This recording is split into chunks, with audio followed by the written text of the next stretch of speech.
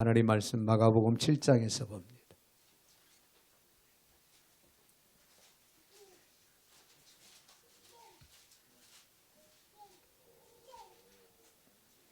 마가복음 7장 1절부터 9절까지 제가 받들어 봉독에 올립니다. 바리새인들과 또 서기관 중 몇이 예루살렘에서 와서 예수께 모여들었다. 그의 제자 중 몇 사람이 부정한 손 곧 씻지 아니한 손으로 떡 먹는 것을 보았더라.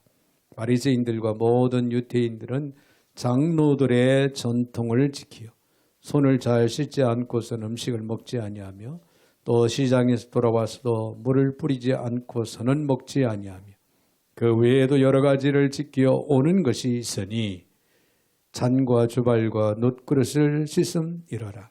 이에 바리새인들과 서기관들이 예수께 묻되 어찌하여 당신의 제자들은 장로들의 전통을 준행하지 아니하고 부정한 손으로 떡을 먹나이까?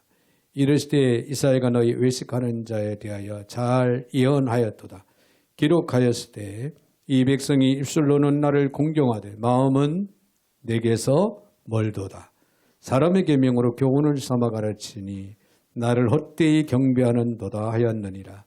너희가 하나님의 계명은 버리고 사람의 전통을 지키느니라. 또 이르시되 너희가 너희의 전통을 지키려고 하나님의 계명을 잘 저버리는도다. 아멘. 9절까지 제가 들어 봉독에 올렸습니다. 사랑의 주님 감사를 드립니다. 오늘도 어김없이 저희들 사랑 가운데 불러주시고 말씀 앞에 세워주시는 주님, 이 시간도 주의 주어지는 말씀을 잘 듣게 하시고 깨닫게 하시고 은혜되게 하시고 주의 말씀을 쫓아 행할 수 있는 거룩한 백성들, 성숙한 그리스도인들이 다 되게 하여 주옵소서. 오늘도 부족한 종의 입술을 주관하시고 사용하시되 우리 하나님 홀로 영광을 받아 주옵소서. 예수님의 이름으로 기도하옵나이다. 아멘. 아멘. 할렐루야. 우리 한번 옆에 앞뒷분하고 인사 나누실 때 예수님은 당신을 사랑하십니다. 할렐루야. 예수님은 여러분을 무한 영원히 사랑하십니다. 할렐루야. 하나님의 사랑을 깨닫고 그 높고 깊고 길고 넓은 그 사랑을 깨닫고 산다는 것, 그리고 그 사랑을 힘입고 우리는 살아가고 있다는 것, 이건 엄청난 은혜요 축복입니다. 할렐루야. 네, 이 사랑은 식어지지 않습니다. 하나님의 사랑은 영원한 것입니다. 그 영원한 사랑을 힘입고 살아가는 오늘 저와 여러분이라고 하는 사실을 생각할 때 우리는 감격 속에서 늘 감사하면서 살아가야 될 줄로 믿습니다. 네, 표리부동이라고 하는 그런 말이 있죠. 겉과 속이 다르다는 거예요. 겉과 속이 다르다. 가끔씩 이 시대를 살아가는 사람들을 보면은 지나치게 이중적인 그런 모습들을 봐요. 특별히 정치인들. 여기서 정치인 이야기는 하고자 하는 건 아닌데 이중적인 모습이 너무 그냥 내놓고 드러나는 그런 모습들을 보게 되는데, 네, 그렇습니다. 기독교인 가운데서도 얼마든지 그런 사람들을 우리가 찾아볼 수가 있죠. 누구나가 다 이중적인 면은 있어요. 저도 있고 여러분들도 있고. 그래, 그 차이는 좀 다르죠. 네, 지나칠 정도의 이중적인 모습, 이건 좋지 않습니다. 그런데 왜 사람들이 지나치게 이중적인 그런 모습으로 살아갈까? 네, 예수님이 계셨던 그 당시에도요, 그런 사람들이 있었다는 겁니다. 예수님의 책망을 받았던 대표적인 사람들, 그들은 종교인들이었는데 오늘 본문에 나오는 바리새인들, 사두개인들이요. 이들이 종교인이면서도 이중적인 그런 삶을 살아가고 있었다는 겁니다. 이 사실을 예수님께서는 아시고 그걸 지적하고 있는 거예요. 오늘 본문의 6절에 보면은 이르시되 이사야가 너희 외식하는 자에 대하여 잘 예언하였도다. 기록하였을 때 이 백성이 입술로 나를 공경한 마음은 내게서 멀어졌다. 내게서 떠났다. 단호하게 예수님께서 지금 바리새인과 서기관들을 향해서 지적을 하고 계신 거예요. 자, 그들에게 향해서 외식하는 자들, 겉에 집착하는 자들이라고 말씀하십니다. 그런데 왜 그 종교인들인데도 불구하고 이 바리새인들, 사두개인들은 이런 이중적인 사람으로 외식하는 자로 그들은 살았을까? 전통에 대한 집착이 강했다는 거예요. 전통에 대한 집착. 근데 그들의 생활 양식을 전통 중심의 삶으로 그렇게 살아가는 안타까운 그런 모습이었죠. 물론 전통 그 자체는 100% 나쁘다 그런 얘기는 아닙니다. 근데 좋은 것을 이어서 전통으로 지켜나간다고 하는 것은 참 아름다운 거죠. 그렇죠? 그러나 전통만 붙들다가 잘못하면은 어떤 현상이 일어나요? 과거에 집착한다는 거예요. 과거에 집착, 오늘의 삶의 내용을 이제 상실해버리는 커다란 그런 위험성을 드러내게 되는 그런 모습을 우리가 보게 됩니다. 신앙생활에도 마찬가지로 생각합니다. 과거에 이렇게 내가 해왔는데 이런 생각들을 많이 집착하죠. 물론 과거의 좋은 일, 아름다운 일, 추억 이런 것들을 생각하고 마음이 염두에 두고 또 때로는 체험적인 역사를 우리가 기억을 했다가 기록을 한다거나 기억을 했다가 어떤 상황이 딱 닥쳤을 때 그 체험적인 것을 꺼내서 그때 이 상황 속에서 하나님은 나에게 이렇게 역사하셨지. 이건 매우 유익하고 좋은 겁니다. 그런데 불필요하게 과거에 너무 집착하다 보면은 현재의 나의 모습을, 현재의 나의 삶을 보지를 못한다는 게 문제입니다. 자, 오늘 이 말씀을 생각을 하게 된 것은 이 금년 한 해 하나님의 은혜 안에서 정말 우리가 보내왔습니다. 1월 1일부터 주마등처럼 이렇게 지나가는 그런 순간순간들. 어떻게 보면 하나님의 은혜가 아니었다면 모든 것이 하나님의 은혜였음을 고백을 드리지 않을 수 없는 그런 삶을 우리는 살아왔지요. 그런데 만에 안에 우리 개인적으로, 가정적으로, 또 교회적으로 우리 영의 사람으로서의 삶을 우리가 정말 바로 살아왔는가? 아니면은 불필요하게 신앙마저도 전통적인 것에 너무 집착을 해서 하나님의 말씀을 멀리했던 그 말씀을 떠났던 그런 모습을 가지고 우리는 살아오지를 않았는가. 오늘 이 시간 말씀을 들으면서 우리 자신을 돌아보는 시간, 그래서 새롭게 우리를 정화시키는, 그래서 다가오는 새해에는 진정 하나님의 말씀 중심의 삶을 신실하게 살아가야 되겠다. 그런 차원에서 오늘 주어지는 교훈의 말씀을 잘 지혜롭게 받는 은혜가 있기를 바랍니다. 할렐루야. 자, 먼저 우리가 생각할 수 있는 것은요, 전통이라고 하는 것은 우리의 내면을 소홀히 하게 만들 수 있다는 거예요. 이것이 문제고 단점입니다. 근데 오늘 3절, 4절 말씀을 봅니다. 바리새인들과 모든 유대인들은 장로들의 전통을 지켜 손을 잘 씻지 않고서는 음식을 먹지 아니하며, 또 시장에서 돌아와서도 물을 뿌리지 않고서는 먹지 아니하며, 그 외에도 여러 가지를 지켜온 것이 있으니 잔과 주발과 녹그릇을 씻음이로라. 이런 말씀이 기록이 되고 있죠. 성경은 음식을 먹는데도 지켜오던 전통이 있었다. 그런 얘기예요. 그러나 정결, 규례는 제사장들이 손을 씻는 데서 유래되었고, 손을 씻는다는 것은 우리의 행동을 씻는다는 그런 내 뜻이라는 사실을 우리가 생각을 할 수가 있습니다. 여러분, 하나님 앞에 나아갈 때는 손과 발을 깨끗이 씻는 것도 중요하겠지만은 그보다 더 중요한 것은 마음입니다. 거룩한 마음. 거룩한 마음으로 하나님께 나아간다라고 하는 차원에서 손을 씻는다. 그럼 원어적으로 보면 그런 의미가 담겨 있다는 것을 우리는 기억을 해야 됩니다. 거룩한 마음으로 올 때 하나님 앞에 거룩한 예배를 드립니다. 할렐루야. 그래서 여러분, 준비 기도, 준비 찬양이라는 게 사실은 이건 있을 수 없는 거예요. 하나님 앞에 기도하면 그게 예배인 거예요. 찬양하기 시작하면 그게 예배입니다. 근데 우리 되게 전통적으로 준비 찬양, 준비 기도 이런 이야기들을 많이 단어를 쓰는데 사실 그렇습니다. 미리 우리가 예배를 거룩한 마음으로 거룩한 예배를 드리기 위해서 우리 자신을 돌아보면서 죄된 모습들을 한 주간 살아오면서 모난 모습들 이런 것들을 다 주님 앞에 내려놓고 회개하고 그리고 거룩한 마음으로 하나님 앞에 영과 진리로 예배하자. 이런 차원에서는 너무나도 아름다웠고 귀한 거예요.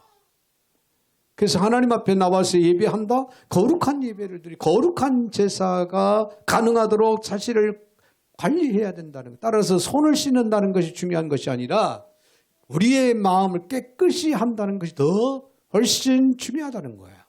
할렐루야. 그렇습니다.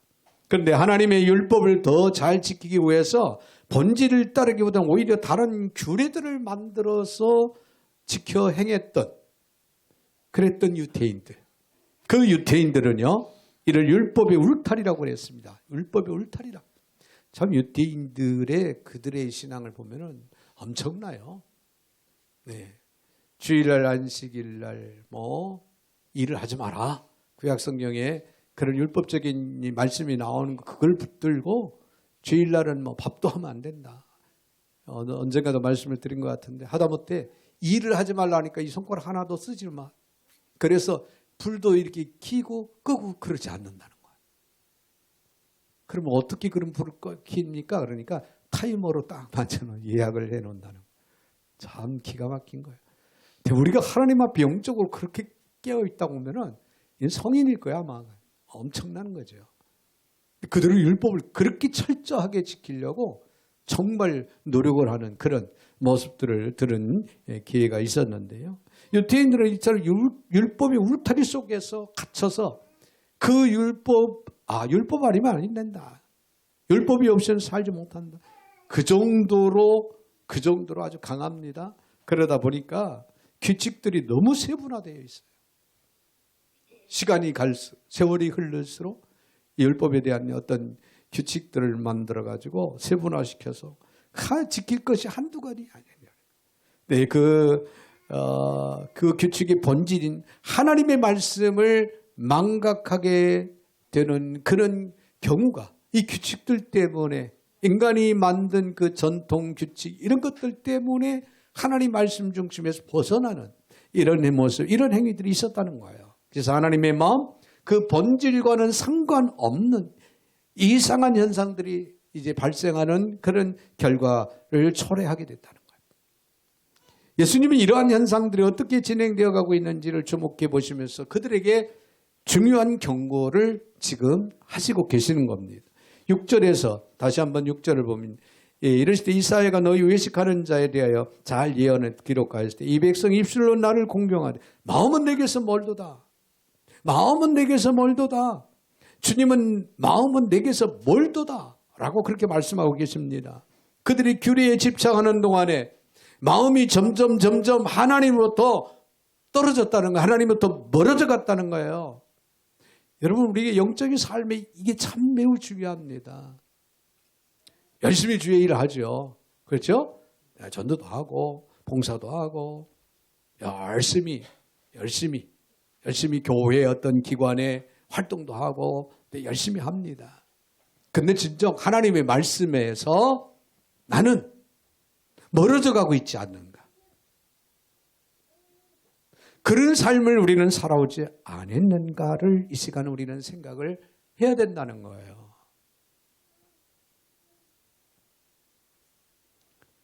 처음에는 성전을 나가기 위한 법규가 나중에는 이제 어떤 법규로 바뀌냐면은 식사 법규로 변질됩니다. 처음에는 초신자 때는 순수한 마음으로 예배 시간에 예배 드리고 이렇게 기도도 하고 또 성경도 봐야 된다.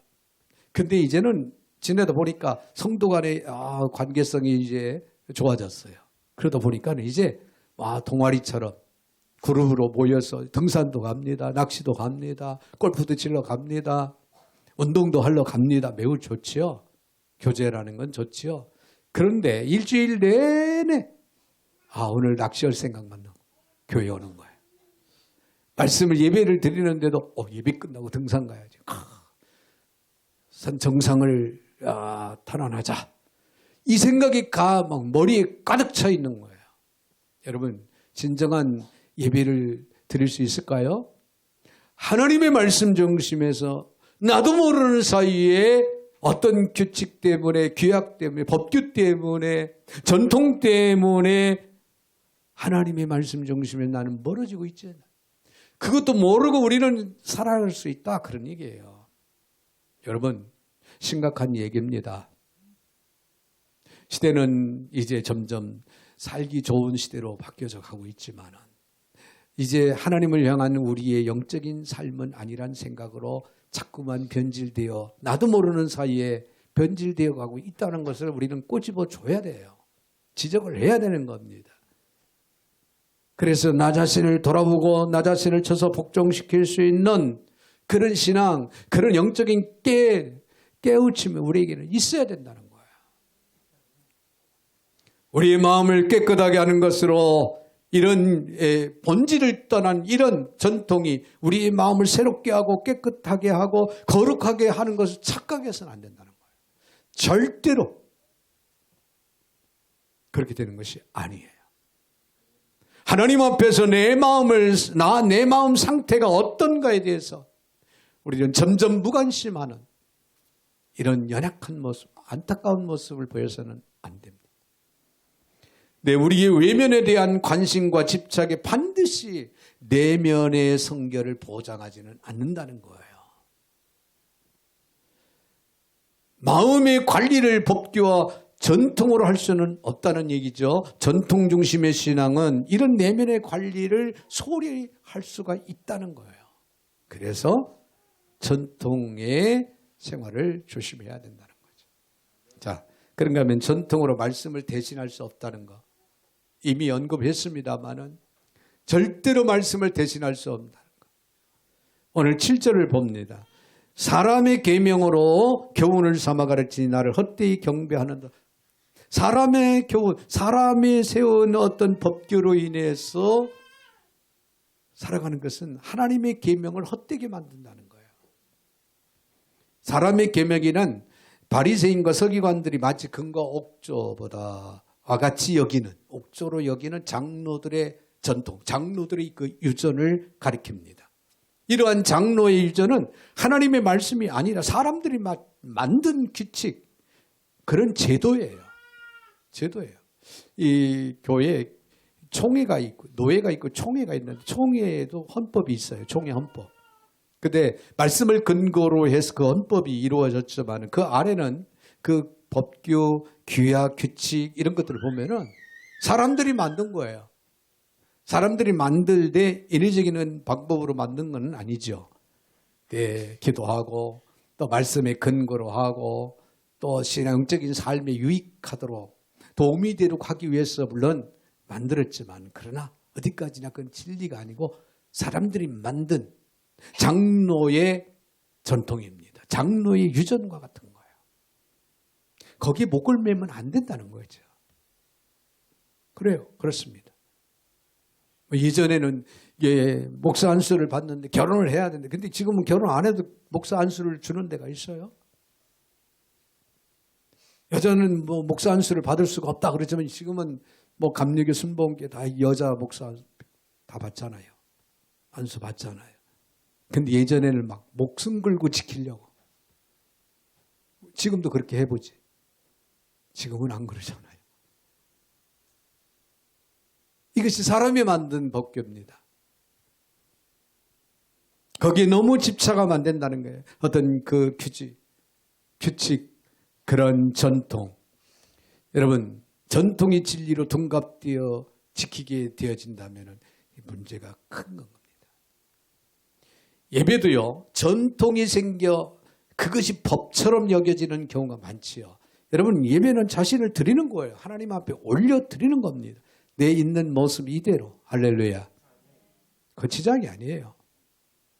있는 그대로. 하나님에 올려드리는 것이 진정한 예배인 거예요. 오늘 저와 여러분은 주 앞에 나와서 예배를 드리죠.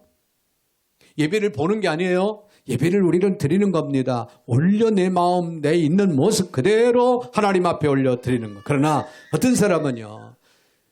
그 교회에 나간 것만으로 예배를 드렸다고 착각하고 살아가는 신앙인들이 있다는 거예요. 물론 안 나오는 것보다 나오는 게 좋습니다. 한마디라도 들을 수 있고 기회가 주어지잖아요. 그런데 우리 영적인 삶 자체가 그렇게 정립이 되면 안 된다는 거죠.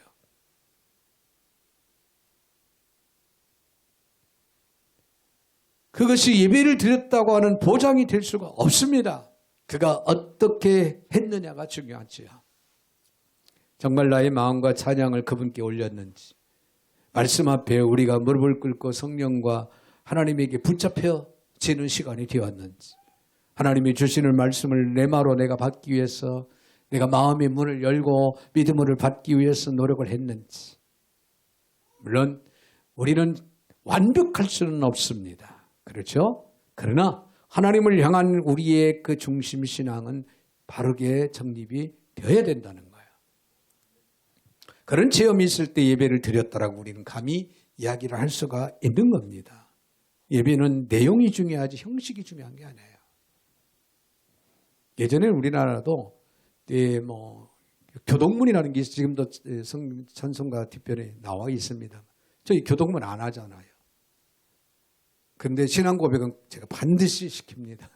다 외우도록 지금 새로 번역된 그 신앙 고백을 시키는데, 네, 그렇습니다. 예배 때 혹시 피곤해서 좋을 수도 있지요. 그러나 신앙 고백은 정확하게 하자. 제가 그렇게 강조를 해요. 예수 그리스도가 하나님의 아들이고 우리의 구주라는 거예요. 우리를 위해서 그분이 십자가에서 피 흘려 죽으셨다는 겁니다. 그분은 우리 죄를 용서하기 위해서 이 땅에 오셨고 부활의 신앙을 우리에게 심어준 부활의 첫 열매가 되신다는 거죠. 그래서 우리도 그 안에서 새로운 영생을 얻고 영원히 부활하는 역사가 있다는 거죠. 이 고백이 바르게 이루어질 때 우리 신앙인으로서 영의 사람으로서 신앙 정립이 바로 되는 거예요. 그래서 무척 강요를 합니다. 어찌됐든 예배는 내용이 중요하지 형식이 중요한 것은 아니라는 거죠. 자, 그런가 하면 십자가도 마찬가지 기독교의 가장 중요한 상징인데요. 그러나 십자가만 건다고 무슨 소용이 있겠습니까? 십자가의 내용이 없다면 그렇습니다. 우리의 죄에서 구원하시고 우리를 생명을 주시고 부활하시고 주님이 나를 위해 십자가에 달려 돌아가시 부활하셔서 지금 내 삶의 주인이 되셨다 라고 하는 고백이 없다면 목에다가 십자가를 내 금 5돈으로 해서 걸고 다녀도 아무런 의미가 없는 거예요. 의미가 없습니다. 내용이 있어야 된다는 겁니다. 내용 없이 상징만 붙들고 있다면 그것은 세상 사람들이 믿는 어떤 부적, 미신과 같은 거죠. 신앙에 확신도 없으면서 십자가 목걸이를 거는 것과 같다 그 말이에요. 성경에 나온 것처럼 십자가는 지는 겁니다.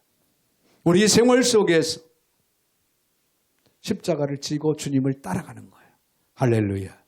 나에게 주어진 일들을 잘 책임 있게 감당하면서 주님을 쫓아 행하는 것이 진정한 십자가를 지고 살아가는 겁니다. 교회의 직분도 마찬가지라고 생각합니다. 한국교회가 변화되려면 교회의 직분관도 변화돼야 됩니다. 여러분, 장로가 되면 신앙이 영적으로 다 성장한 걸로 착각을 합니다. 성숙한 그리스도인으로 착각을 해요. 직분 때문에. 내가 그래도 장로인데 어떤 때는 책임의식을 부여받지요. 그러니까 큰일도 하지요. 그러다 보니까 큰 일꾼인 줄 알고 착각하는 경우가 있어요. 때로는. 내 직분관도, 내가 평신도를 할지라도 하나님을 향한 나의 믿음, 나의 신앙이 바로 정립이 돼 있다면 그 사람이 훌륭한 일꾼인 거예요. 믿음의 사람인 거예요. 복음의 메시지를 전하지 않고 복음으로 사람을 섬기지 못한다면 어떤 타이틀이 뭐 중요합니까? 그 위치가 그 중요한 게 뭐 있습니까? 여러분, 복음적인 삶을 살아야 돼요. 예수 믿는 사람들. 할렐루야. 여러분, 비록 작은 교회를 섬기고 있지만은 나는 복음적인 삶을 살아가는 그리스도인들이라면은 여러분은 어느 대교의 직분자보다 훌륭한 하나님의 일꾼들인 겁니다. 할렐루야. 그래서 저는 제 아들 이사무엘 목사가 하는 말을 믿어요. 내 아빠는 작은 교회를 섬기는 주의 종이지만 항상 저를 만나면 우리 아빠는 세계에서 가장 훌륭한 목회자다. 빈말 같지만은 그래도 듣기는 좋아요. 할렐루야. 말도 안 되는 소리를 지금 하고 있는데 그런데 듣기는 좋다는 얘기죠. 근데 단순히 듣기는 좋은 게 아니라 한번 자숙해 봅니다. 저도 그래. 왜 그런 소리를 할까? 주어진 위치에서 맡겨진 그 일이 무슨 일이든 간에 하나님께서 맡겨주셨고 하나님께서 기뻐하시는 일을 하는 종이라면 그 누구보다도 훌륭한 종이다. 할렐루야. 여러분 우리 교회 우리 선교관에 낙도에서 합동측이 낙도 선교회라고 있는데 그 낙도에서 선교하시는 이정환 선교사님이 다녀가셨어요. 부부가. 3박 4일밖에 다녀가지 않았어요. 여기 오셔서 철야 어디 초청받아가지고. 근데 그분은 계속 저하고 지금 교통합니다. 근데 교회 소식 연락 계속 오고 기도 부탁하고 또 그렇게 하는데 제가 지금 벼르고 있어요. 네, 남해안 한번 달려오려고. 근데 선교사를 만나러 가는데 빈손 들고 갈 수가 없어서 조금 기다리고 있습니다. 근데 거기는 80개의 섬이 있어요. 80개 섬. 그분이 커버하는 그 섬이 80개인데 20개 정도는 교육자가 있습니다. 그리고 나머지는 교육자가 없어요. 그래서 이분이 배를 타고 순회 사역을 하시는 거예요. 1년 내내 단기 선교로 오시는 육지에서 오시는 분들 맞이하기 위해서 바빠요. 그러면 그분들이 와서 미용 또 내지 마사지 또 무슨 진료도 봐주고 또 집도 고쳐주고 여러 가지 일들을 하는데 아주 그 일에 푹 빠져가지고 열심히 땀 흘려 일하시는 그 모습을 보면 얼마나 감동적인지 몰라요. 정말 하나님의 종이 하나님 앞에 저렇게 내 몸을 사리지 않고 저렇게 중심을 들여서 때로는 자본이 모자라면요. 예비비가 모자라면은 자기 막 털털 털어가지고 합쳐가지고 그거 맞춰주냐고. 아무튼 그렇습니다. 여러분 타이틀이 중요한 게 아니에요. 타이틀이 중요한 게 아닙니다. 자, 외형적인 껍데기만 남는 것을 가지고 하나님을 섬기는 것 이거 그야말로 헛되이 경배하는 것이라는 거예요. 오늘 주님이 그걸 지적하고 있는 겁니다. 7절 하반절에 하나님이 기뻐할 수 없는 것들을 간직하고 있는 인생 그들이 바리새인들이었다는 거예요. 자, 그래서 주님은 그들을 책망하실 때 회칠한 무덤과 같다. 겉과 속이 다르다는 거예요. 그것은 형식을 통해 주어지는 것이 아니라 복음을 통해서 주어지는 것이 진정한 속사람이 강건해지는 것이고 영이 성장하는 것이고 하나님의 사람으로서의 올바른 삶이라는 거죠. 그것은 전통을 가지고는 이루어지는 것이 아니라는 겁니다. 그래서 예수님은 전통에 집착하는 신앙을 경계하라고 오늘 경고하고 계신 겁니다.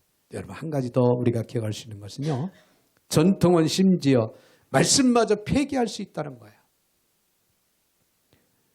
9절에 보니까 또 이르시되 너희가 너희 전통을 지키려고 하나님의 계명을 잘 저버리는도다. 말씀을 저버린다는 거죠. 전통을 지키려고. 여기서 너희 전통이라고 하는 원어적으로 보면 너희들에게 속한 그 전통이라고 그렇게 쓰여져 있어요. 너희들에게 속한 그 전통, 즉 그 전통이 바리새인들과 서기관들의 소유가 되었다는 거예요. 그들은 완전히 전통에 사로잡혀 전통을 지키려고만 한다는 거죠. 자, 이 전통은 5절에서 장로의 전통이다 그렇게 표현하고 있죠. 그런데 8절에서는 사람들의 전통으로 그렇게 표현을 하고 있습니다. 사람들의 전통. 그 다음에 오늘 9절에서는 너희의 전통이 되어버립니다. 장로들이 만든 그 전통이 사람들의 전통으로 이어져 가면서 이제 바리새인들 자기들의 전통이 너희 전통이 되어버렸다. 네, 이 말은 전통이 이제 바리새인과 서기관들이 자신들의 입지를 세우기 위한 전유물로 전락했다 그 말이에요. 그것을 지금 지적하고 있는 거예요. 그래서 이제는 오히려 반드시 붙잡고 지켜야 할 하나님의 계명, 하나님의 말씀을 저버리게 되는 현상까지 일어나게 됐다. 무서운 얘기입니다. 우리 영의 사람들이 하나님의 말씀을 떠나면 이거는 죽음입니다. 멸망입니다. 파멸이에요. 말씀이 곧 생명입니다. 할렐루야. 말씀이 곧 예수 그리스도. 내 안에 주님이 계시지 않으면 나는 영의 사람이 아니라는 거죠. 네. 바리새인과 서기관들은 가장 큰 기회를 지금 맞고 있어요. 무슨 얘기냐면 지금 예수님을 앞에 두고 예수님을 만나는 그런 기회가 그들에게 지금 주어지고 있죠. 그들이 가장 소중히 여겨야 하는 여기는 율법. 그 율법의 핵심이 뭘까요? 예수님이에요. 구약 성경에 나오는 모든 말씀이 다 오실 메시아를 이야기하고 있잖아요.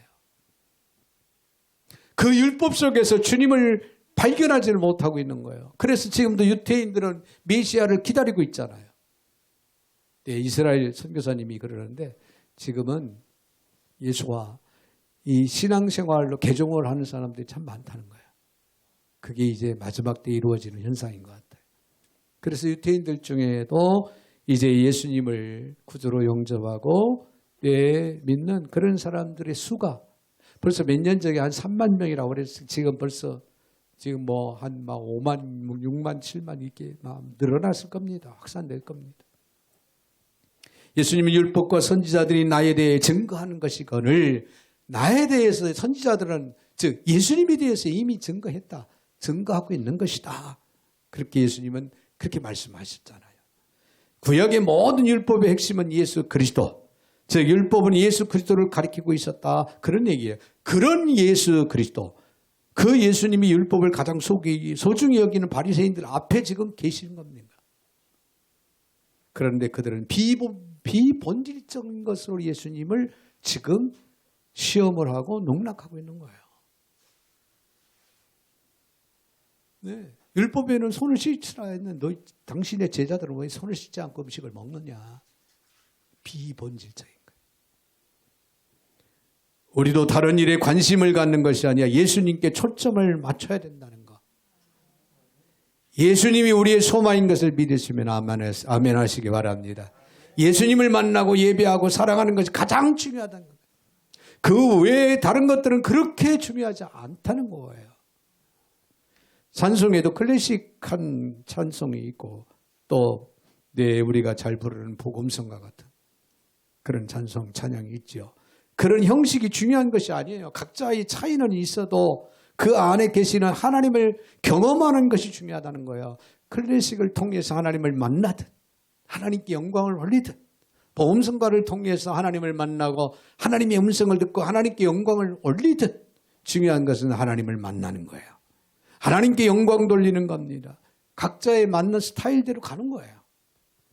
여러분 기도에 초점을 맞추고 신앙생활을 하시는 분들은 기도를 통해서 하나님을 만나는 거예요. 그분이 잘못된 게 아닙니다. 그 무엇보다도 중요한 것은 예수님. 예수님만 만나고 사랑할 수 있다면 그 어떤 것도 가능한 거예요. 정말 본질적인 것, 정말 예수님을 만나고 사랑할 수 있다면 때로는 전통이나 형식으로부터 자유할 필요가 있다는 거죠. 그래서 예배의 형식도 자꾸 바꿔지는 거예요. 그걸 문제 삼을 수가 없고 문제 삼지 않습니다. 왜냐하면 형식이잖아요. 그러나 비본질적인 거예요. 본질적인 것이 변하면 안 되죠. 예배 속에 예수님이 없다면 예배가 아닌 거예요. 그것은 본질적인 것이 아닌 거예요. 헬린 나우엔을 저는 참 무척 좋아합니다. 그분이요, 우리가 잘 아는 대로 하버드 교수였는데 그 교수직을 사임하고 나병 환자들을 돕는 그런 데 가서 헌신을 한 뒤에 왜 그렇게 다 이루어져 성공해서 이제는 뭐 부유한 삶을 살아갈 수 있고 어떤 명예도 권력도 다 얻었고 살아갈 수 있는데 편안하게 살아갈 수 있는데 왜 자처해서 그렇게 고생을 하느냐고 물어볼 때 그분이 대답이 이랬습니다. 오르막길 인생은 성공과 칭찬의 거리 예수가 보이지 않는다. 예수가 보이지 않는다. 그래서 나는 예수님을 바로 보기 위해서, 할렐루야, 예수님을 만나기 위해서 낮은 곳에서 예수님을 만나기 위해서 내가 모든 걸 뒤로 하고 이 자리에 선 거다. 여러분 마음이 감동이 오고 찡하지 않습니까? 여러분 그렇습니다.